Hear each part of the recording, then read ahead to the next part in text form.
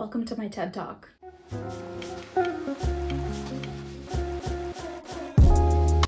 So today's video is going to be a little different, and I realize I've only filmed 4 videos, so that doesn't say much, but obviously we have a visual aid today. In 2020, I read 20 books, 25, something like that. And then 2021, I read 30. And then in 2022, as you can see, I read 80 books.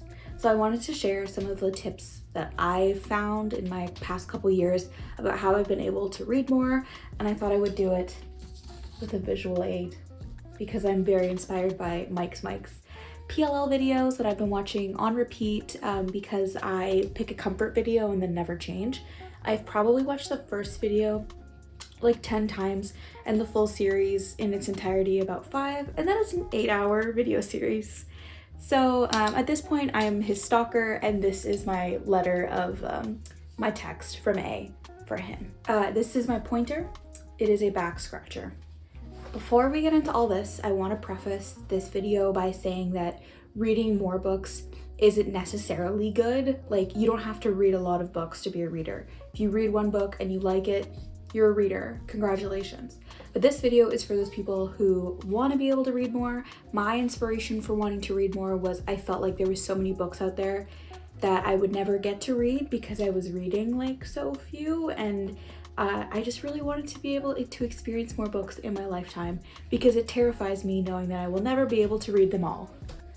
That's just me. So like I said, this is not me going like bigger number, better. It's me going, hey, do you want some tips on how to get out of reading slumps, how to read more? This is the video for you. So let's just get into it because I'm hoping to do this one quickly. To be professional, because this is a professional channel here, I'm going to be dividing my stats into quarters, and I will be presenting my findings based on each quarter. So let's start with Q1, Jan to March. So the first thing that I did in 2022 that I think helped me, and that was starting in January to March, so I read about like 5 books on average in that quarter per month, was switching up my genres. My most read genres are fantasy, romance, and literary/contemporary fiction.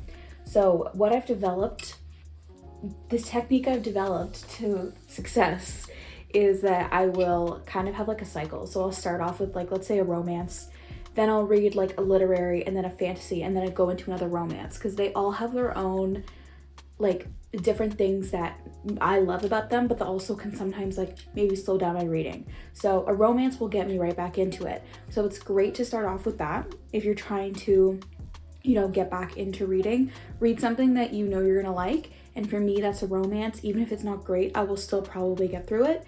And then I'll head into literary, because sometimes I'm like, why? My brain needs to be bigger. So I'll read a literary fiction, and then after that I'll be like, oh god, sometimes they're a slog. So I will head into fantasy and, you know, get my magic going. And usually those are long books, so I will head back into a romance. So that's kind of my technique that I've developed. But overall, I would just say, like, try not to like get stuck in a slump of one genre. Like, if you find that's happening, just switch it up. Read maybe like a shorter book, or like a book you've already read, or something like that. Just like keep reading, just kind of keep the flow going. So you can see this was my slowest quarter. So we're really heading into the meat and potatoes when we hit our girl April here. And you can see that my pages read went up significantly. What did I do in Q2 to raise the stats? Well, the first thing that happened in April was that I got a Kobo for my birthday. So, because my birthday is April 10th, you can wish me happy birthday. Thank you, thank you, thank you. In April, I got a Kobo. And so that leads me into my tip based on this quarter, and that is switch up the formats. Not only do you need to be switching up the genres if you're kind of, well, you don't need to. These are just my tips. I'm not telling you what to do. I would love to be able to tell you what to do, but life doesn't work like that. Q2, what I focused on was reading on different formats. So I would like read a physical book, put that down, and then pick up my Kobo and read a book on there. I find I read a lot faster on my Kobo than I do like in any physical book, and I'm not sure why. It's just how it works. I don't know. Before I got my Kobo, I did not like e-reading. Like I would do it on my phone and I didn't like it. I have a tablet that I also can read. It's like a cheap, like free gift with purchase tablet that I would read on, but I really didn't like having it backlit because I couldn't read at night because it would just keep me awake. It wouldn't actually let me fall asleep because of, you know, the blue light and the REM cycles and all that. So switching to a Kobo really helped. And another thing that I started doing a lot more in Q2 is reading audiobooks. So during that time, I was kind of like doing a small room reno. You can't see because I'm in the ugliest corner of my room right now, but I got a new computer. I got a big new desk that I built. I actually put in a closet insert in this closet behind me that you can't see. So during all those things, all those IKEA building hours, I was listening to audiobooks. My recommendation is just try it all out and see what you like best. You don't have to buy a Kobo, you don't have to buy a Kindle, but just try out different things. If you've never read on your phone, try reading on your phone because you might love it because it's super convenient. Maybe try on a bigger screen. Maybe, I don't know, if you've been reading hardbacks and you don't like it, try paperback. Yeah, just mix it up. And my best tip for mixing it up is visiting your local library. I am a library girly till the day I die. So my tip is definitely check out your local library and see what kind of electronic books they offer. So I'm pretty sure most libraries do Libby, which is my main girly, and that's powered by Overdrive. And they have a great, I would say my favorite audiobook platform. And they also have some great books. And you can, in Canada, you can get them on your Kobo, the library books, but you can't get them on a Kindle. So make sure you check that out. If you are gonna pick an e-reader, make sure to see that you can get library books on it because that saves you a lot of money. We're heading into Fun in the Sun. I'm gonna flip this. Fun in the Sun Q3, July through September. Are we? Yeah, we are. You can kind of see, I kind of slayed a little bit. I might have. This is the most books that I read in our good old July here. I read 12 books, I think. Yeah, so the main reason that I finished this many books in July is because starting in June, I was reading multiple books at once and they all just happened to finish, like I think July 1st to 5th, I finished 3 to 4 books. I don't remember, I don't know what was going on. I was on vacation and I was just reading. Usually I have like an ebook going that I could access from my phone or my Kobo. I have an audiobook going that I can listen to like in the car or when I'm doing something passive, like when I was working, it was a lot of like while I'm doing a presentation, like doing slides and stuff, I could listen to audiobooks, which is fun. Do multiple books on the go because even if you're not like finishing books as quickly, I find that I still like am able to read more books in a month if I'm reading multiple because I'll kind of just be able to get out of any slump, like minor slumps that I have. So right now I'm reading, it's under here, let me check. Right now, I'm supposed to be reading Bloodmarked for a vlog and I am struggling severely.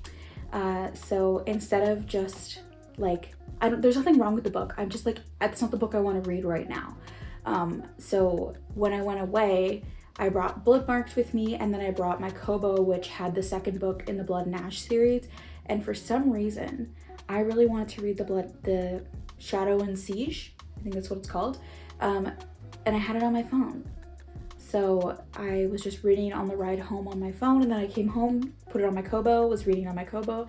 It's great. So that way you're kind of able to like preempt any slump that's happening. I haven't really been in a reading slump for a while, knock on wood. I don't know where there's wood. Okay. I haven't really been in a slump for a while and I think that has a lot to do with the reading multiple books at once because if I'm reading something that's slower, I can pick up something like a romance that I'll get through faster that will kind of like keep my reading juices flowing. Our last quarter is more of a life lesson for you and for me, mostly for me. In October, I tried to like do my first seasonal TBR. Actually, I started it in September, but didn't read any of the books till October. When I tell myself I have to read something, I don't want to read it, which I think is my problem with Bloodmarked right now, is I'm supposed to read it for a vlog and I don't want to. Yeah, so in October, I was reading all those books that, you know, past Megan had told present Megan that she had to read. And I don't want to do that because I don't like being told what to do. Read what you want when you want, and don't really let anyone else tell you what you have to read. Unless you're in school, then I guess you kind of have to read what they tell you, but I never did. And I think this goes beyond just like, you know, TBRs that you make yourself, and it's also just like, read the types of books that you want to read and read at the pace you want to read at. As much as this video is me trying to help people like read more because they want to, if you don't want to read more books and you want to read one book a year and make it an amazing book and really sit with it, then you do you. I'm not here to tell anyone what to do. Like I said, I'm not allowed to do that. But it also kind of goes beyond that, because in October, I was reading Pet Sematary by Stephen King, and it really had me in a slump. Every time I read Stephen King, it puts me in a slump. And the reason I read Stephen King is because I feel like I should, because, you know, he's so popular and so famous and everyone loves his books. My mom loves his books. I have like piles of them over here from her. And I don't think they're for me. But at the end of the day, I tried the books, I don't like them, I don't really have to read anymore. I do want to try some different ones, but the lesson here is, don't feel like you have to read any type of book to seem cool or smart or fit in. Read the books that you like, and don't let anyone tell you anything about like if it's stupid or if it's not like enriching your life, because like who cares? I read for entertainment, maybe other people read to grow their brains, but this is my hobby and I'm gonna do it the way I want to. So if this video was helpful in any way, let me know in the comments down below. Please share your tips for reading more books or like getting out of a reading slump, because I think that would be super helpful for other people to read and for me to read as well. So thank you so much for watching, and I hope you have a great day. Subscribe if you want, and goodbye.